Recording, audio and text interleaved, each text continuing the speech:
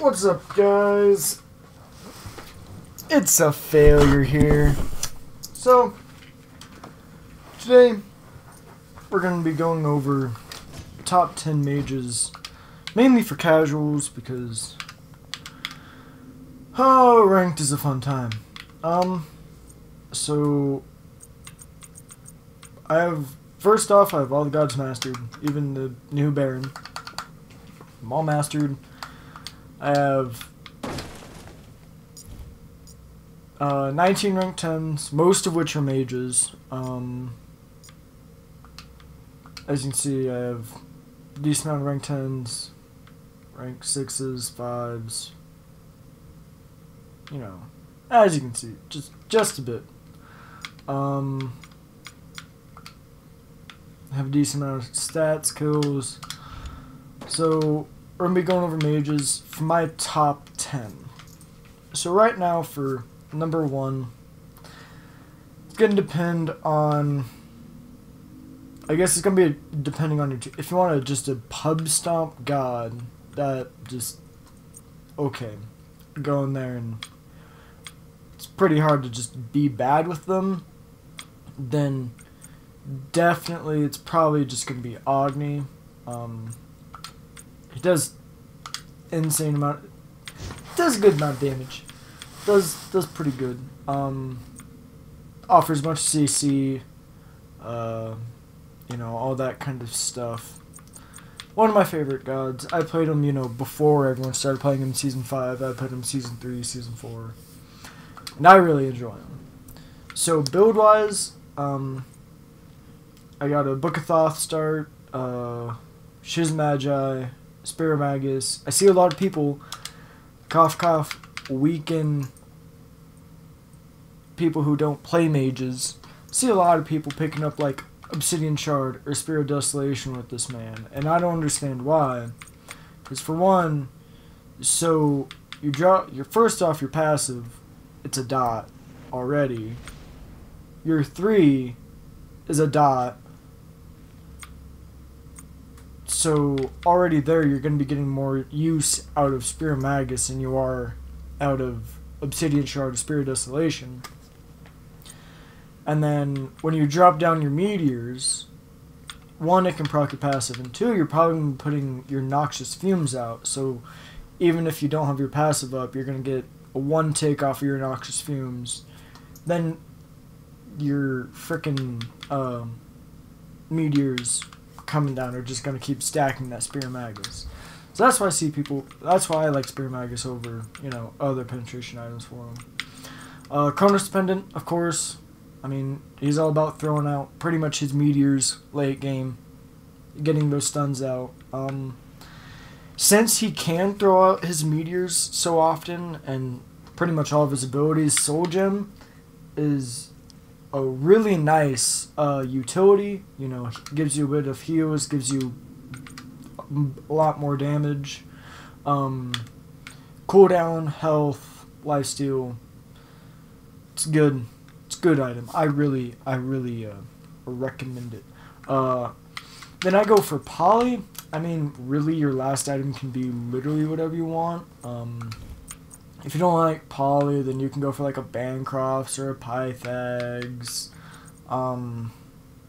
Gem of ISO if you really want to go the like large utility route, get that slow on people. But I like Poly just because half the time I can't depend on my teammates to do shit. So if I can get my stun off or 2 off, stuff like that, and I can do a Poly proc, then that's going to be a decent amount of damage. So that's going to be, so far, my number one pick for casuals, and if you just want to utterly destroy. I mean, he doesn't have a high skill cap, or he has a pretty low. I mean, it's pretty easy. Just press Y 3 times. You know, stuff like that. So he's not the hardest god at all. That's for sure. Number 2 god. That's probably for me. I want to say it's going to be either Zhang Kui for me or Ra. Zhonghui is really good right now, especially after his buff, changing his passive to where, you know, if you're in Conquest, level 1, you see the first wave die, and that's, so you got 14 protections right off the bat at first wave. So second wave you get 28, then you also have buffs in there, so by second wave after second wave is done, you could probably have in the 30s of extra protection, which early game, that's insane. You're not going to die very easily early game. His heal and damage on his 2, it's good. It could be better if they buff it up to 3, up to 3 demons, or up to 4 from 3. I think that would be really nice. It'd be nice, because mainly you build him somewhat healthish. His slow is nice. His 3 stun, a lot of people just stun with it without marking first, which sucks because it doubles the stun duration. His ult is really nice for, if people are engaging on you, or you think, okay, everyone's close together, I'm gonna just go in. You pop your ult, you pop thorns, and then if they attack you, they're going to be taking damage from themselves, they're going to be taking damage from your demons, stuff like that. So my build for him, I have mainly 2 different builds. So if I feel like I can stay alive relatively easily with my team, if my team is, pretty good at supporting my warrior, my guardian, or doing pretty good with peel, then I'll go a Book of Thoth start, Pin Boots, Magus, because your 1 ticks and your ult can just strip protection super easily with it. Gem of ISO, that way you get that 45% slow on your 1. It really helps if you're trying to chase a person down. If you can just barely tag them, it'll keep them slowed for a very long time. Chronos Pendant, because you're a mage, you need cooldown. And then Soul Gem, again, it's nice because you're throwing out abilities. It's nice because you get that extra heal. You get, if you have that Soul Gem proc ready and then you ult, that extra damage is applied to everyone that gets hit by it, so that's really nice. If you want to go a bit more, I would say it's a more damaging build. I would say definitely go Bancrofts first, and then Pen Boots, and then Magus, and then Typhons, and then Chronoses, and then I would say you can go between Soul Gem, because that's going to give you some damage, and then Pythags. One of the 2 there. You could even go for a gem, but I would say if you're going along this Typhon's Fang route, definitely go for, that at least 3 lifesteal items. 3 is pretty much the cozy spot. With Soul Gem, you get, it's like 72 power with, you get 72 power because you get that bonus 12% from Typhons, as added on from power from your lifesteal, but with Pythag's piece, you get an extra 24% power, or 24 power from the lifesteal. So you get 70 normally because of the 40 base power and then the 30 power from the aura. But then you have 12 base lifesteal, but then the aura gives 12%. So you get 24% lifesteal just in the 1 item. So that brings it up to 94 power, which is actually really good. There aren't very many 90 plus power items that give health, cooldown, lifesteal. They're actually, it's just aren't that give any of the lifesteal or the health. I mean the cooldown and health. You just got Typhons Bancrofts that give just about that much power. But that's my build type of the way. I get Blink on him because Blink is, my opinion, best relic. And then second relic, as I said, you can do Thorns. That way you're taking less damage and, you know, you're dealing more damage back to people who are just trying to focus you out. You get really hard to kill because your passive doubles when you ult. So if you're at full stacks, you get 80 protections when you're ulting, and then you get Thorns going, and it's just reflecting a decent amount of damage back. If you don't want the Thorns, then a lot of people don't know, but if you Aegis while you're ulting, the ult damage will still go out, but you won't take any. So that's another nice thing. Boat of Frenzy is also a good thing. You know, you get 10% extra damage on all the damage that you do in that, you know, 8 seconds. So it's really nice. That's probably gonna be my number 2. I know a lot of people say, he's only A tier or B tier according to Weekend, but meh. He's not a mage, so who cares? Number 3 is gonna be Ra, since I did Zhong. Ra right now, his movement speed keeps him really safe, even though he doesn't have a movement ability per se, but he does have that, you know, extra 18% movement speed, and it's easy to keep up. I mean, it's 15 seconds lifetime. If you're not throwing your one out every, you know, 6 seconds late game, then you're doing something very wrong. He hits super hard late game. He's definitely a late game carry. His ult, nice objective secure. His heal, the protections that it gives, you know, 30 protections to people that are healing. Heals a decent amount. Damage is even nice if you're trying to, you know, juke someone inside of your healing field and they're just keep going on you like any assassin or stuff. They take some damage, you're taking some healing. Your 2, I really think it's probably the most underappreciated ability of the mages, because people just say, oh, just don't look at him. But if you use it as like an engage mechanic where, you know, you're ganking, or you think, hey, gas pedal this dude, and you just, you know, to him, one, he's slowed, so he'll have to use his beads or his dash or leap, but then he'll still be slowed. And then the damage on it's, you know, 270 plus 50, 5%, which late game you're at 600 power. That's hitting for, you know, 570 to 600 power late game or damage. So I think it's good. My vote for him, Book Thoth, Shoes the Magi.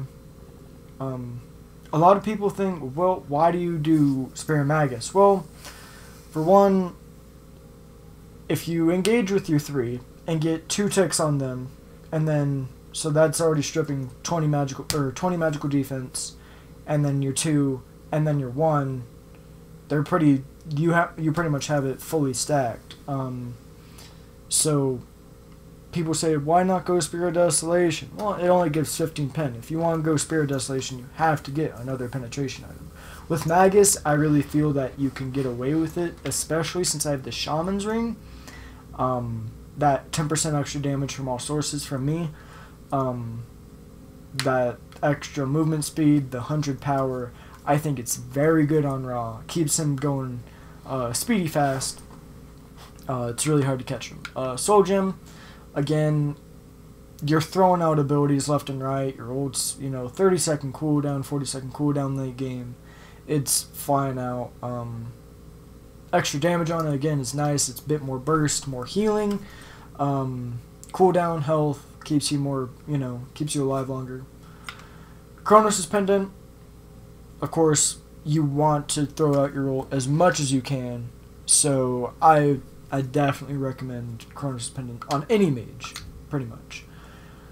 So that's number 3. Number 4, it's a bit of an unconventional pick, but I think Hades. The thing with Hades is that it all comes down to who, if you can play this man at least correctly. If you can play this man correctly, then he is always a problem for the enemy team.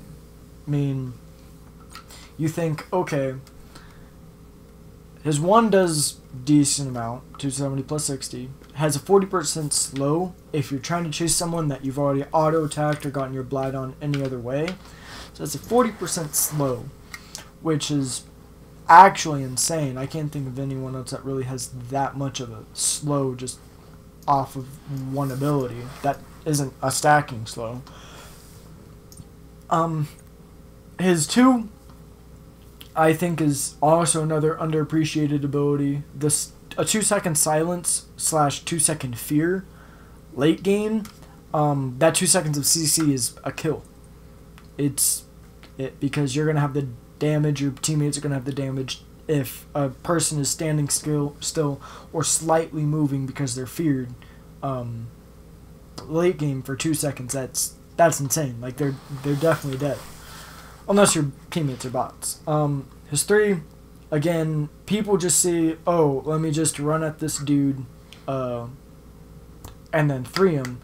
Well, no. What you want to do is you want to wait for the best opportunity, which is them being almost in the middle of their own wave or close to anybody else. Because the detonation damage is that's what bunches of damage is going to come from. Because even though enemy gods only take 50% of the detonation damage, that's still 25% of your magical power for everything around them. So if there's 4 people around them, they're taking the detonation damage from their own detonation, and then they're taking detonation damage from the other 4 people around them. That's 125% of your magical power. Plus your normal damage of 70%. So they're just taking an insane amount of burst. It's a big beads burner, if anything else. It keeps you pretty tanky with the 100 protections. It steals, protection. It reduces their protections. So, again, right there, that's pretty much like Jean Kui. You ult, you want to activate Thorns as you're doing it. That way, if people do try to turn and burn you, you're reflecting more damage, so you aren't taking as much. You're super tanky, and more people are they're gonna be better off just trying to get out. But I definitely think that's definitely the good place. For him, I have a normal. I play this man whenever I play ranked. This is my ranked god. I play him mid, I play him jungle, I play him support, play him solo. Don't play him carry because I don't like carry. So if I'm doing mid or jungle, I'm gonna do this triple lifesteal build. So for this, it's pretty much the same, Bancrofts, Pen Boots, Magus, Typhons, Chronoses, and right here I do Pythags. Soul Gem is another good item. It's just with Hades you're already healing so much that you don't really as much need that extra bit of healing from the passive.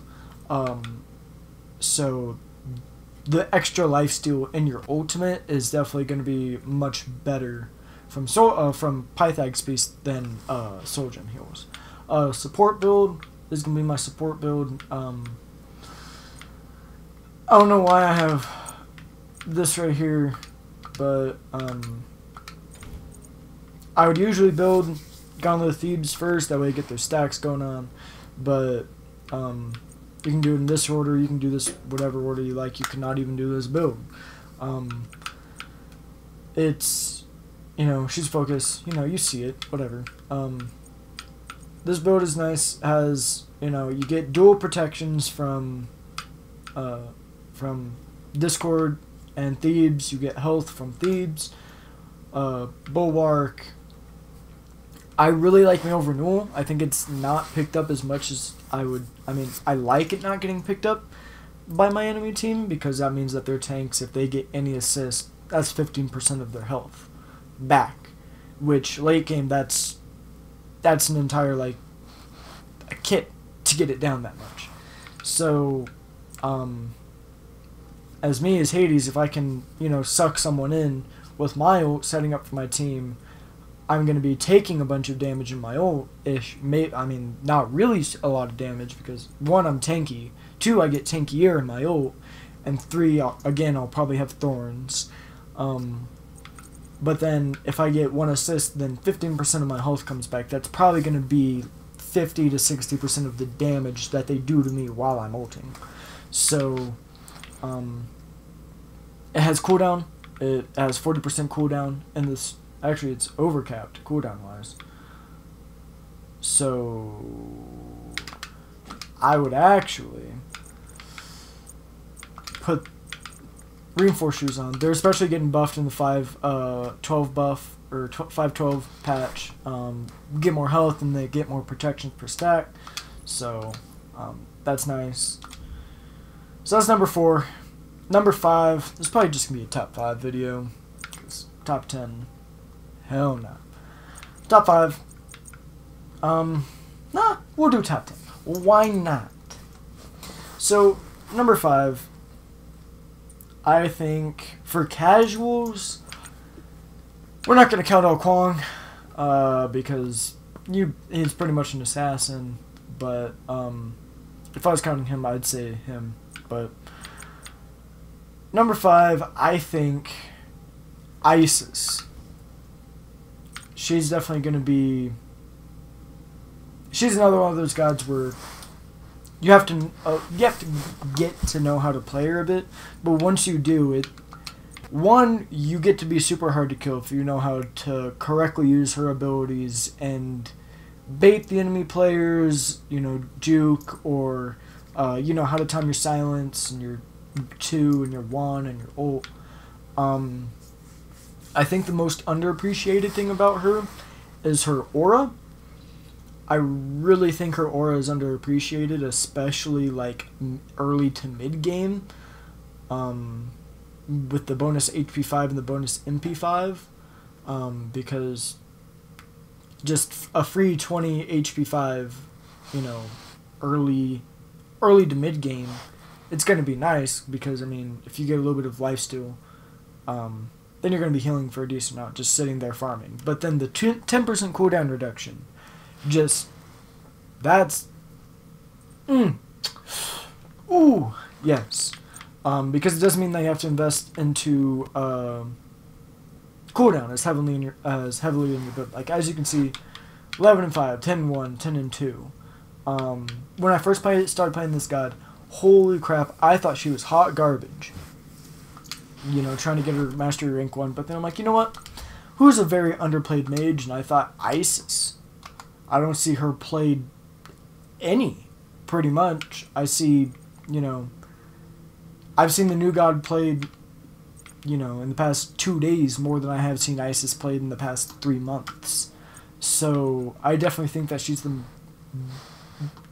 probably the least played mage. Build-wise, as you can see, I have 2 items on my build, so we're just going to go through. So you can go triple lifesteal build, which if I was going to, then I'd go pretty much the same route that I've been going. Bancrofts into Pin Boots, and then into Spear Magus. From there, you can decide what you need. If you want to rush a Chronos is right here, you can. But if you think, I don't have that much gold, let me try to get something else, then you can go for a Soul Gem or a Pythags, depending on which one you want. Then you can choose. I personally don't go either of these. On her, because right about here, I'm either going to go Chronos's, but then right here, I'm going to go Typhon's. And then, the unconventional pick for Isis, Polynomicon. Because holy, you get a 2 on someone, and you throw out an auto. They're gone. They're gone. Late game. They're just 2 auto dead. It's actually insane, but that's the way I build her. Gives you 532 power, decent amount of power, 37% lifesteal, 25 penetration base, and then that goes up to 75. Protections, whatever your mage. Health, you are pretty squishy. So for that it's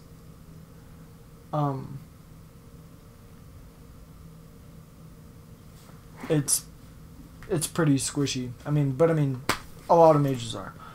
The cooldown, 20% cooldown, but then you have your ult, and then, or not your ult, but your passive, and then Chronos' passive.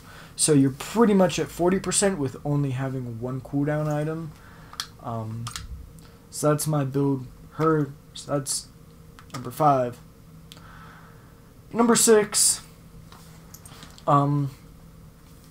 Now another, again, unconventional pick is gonna be definitely not Aquash. I think it's definitely gonna be Discordia. She does just way too much damage. I would put her closer to the top, if she wasn't so easily caught out and easily killed. I've played her Seed rank 6, 7 now actually, and I just think she's good. Her burst, her CC, it's all good. Her 3 with the cooldown reduction,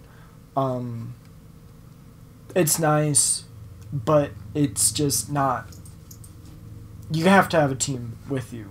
So if you're just thinking I'm gonna go carry, she's definitely a pick, but there's, as I've said, 5 people ahead of her.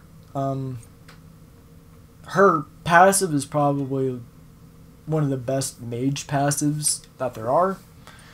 I definitely think so. That bunch of bonus power, for magical power, 70 magical power late game, physical power, 45 physical power late game. That's a pretty good amount.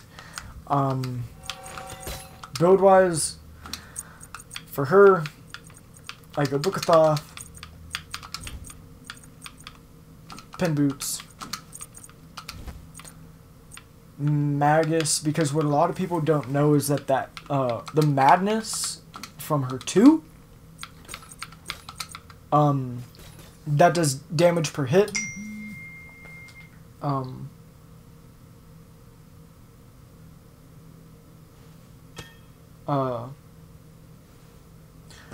Sorry, I got a text. The Madness damage per hit, that procs Magus. So if you have, 2 to 3, if you have 2 minions and then a god, and then that god is getting hit by the Madness, then that could possibly already stack it all the way up. So there's Magus. From here, you can decide what you need. If you feel like, okay, yeah, I just want cooldown, I want to throw out abilities faster. Of course, gonna be going Chronos's, not Celestial Legion home. If you think, man, I need a bit of lifesteal, then you can either go Bancroft's if you feel like I'm getting dived onto, but I'm getting a decent amount of damage off as I'm getting dived. That bonus damage from Bancroft's passive is definitely going to be worth. But again, if you feel like, man, I just want more lifesteal, I want a little bit more health, Soul Gem. And then for your last item, if you really feel like you're not surviving as much as you would want to be, then Book of the Dead is going to be pretty good. I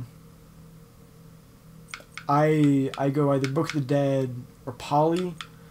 Book of the Dead is nice because it makes you a bit more survivable. You know, gives you health, gives you power. It's passive. The shield, 50% of your mana. I don't want people. You shouldn't be building this if you don't have Book of Thoth built. I'm gonna tell you that right now, because then you just don't have the mana pool to make the passive worth it. So, you can go Book the Dead. I personally go Poly there. So yeah, so she's number 6.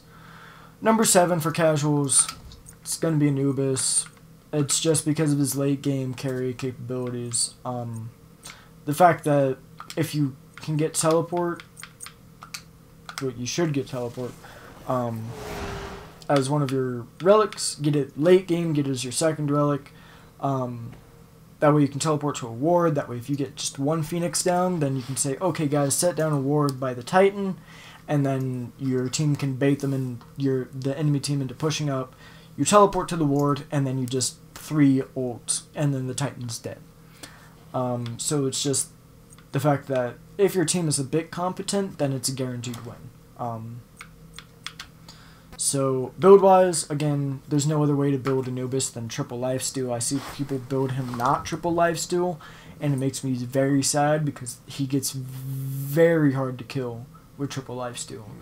Bancrofts, because 1, the power, base power 100, and then the passive extra, 100 power, that bonus lifesteal on him is just very good. It makes him very hard to kill once he gets down to lower health. Pen Boots, of course.